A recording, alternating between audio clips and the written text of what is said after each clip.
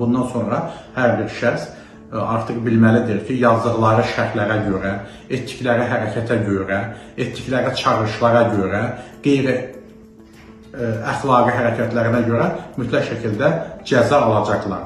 Ya bu pul cəzası olacaq, əgər onların etdikləri hərəkətə bu pul cəzası ilə kifayət etmirsə də, o zaman da həbs ilə cəzalandırılacaqlar.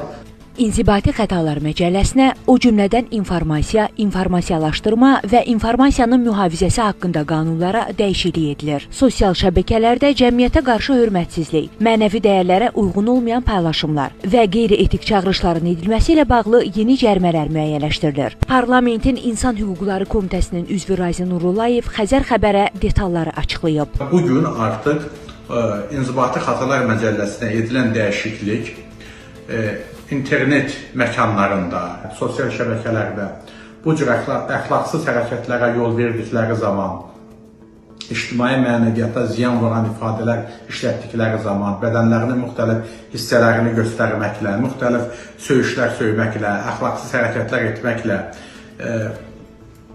qanunları pozan şəxslər cərimələnəcəklər. Bunlar ilk olaraq birinci qanun pozuntusu zamanı 500-dən 1000 manata qədər, əgər bir il ərzində bu təkrar törədilərsə, o zaman 1000 manatdan 2000 manata qədər cərimə ilə cəzalandırılacaq.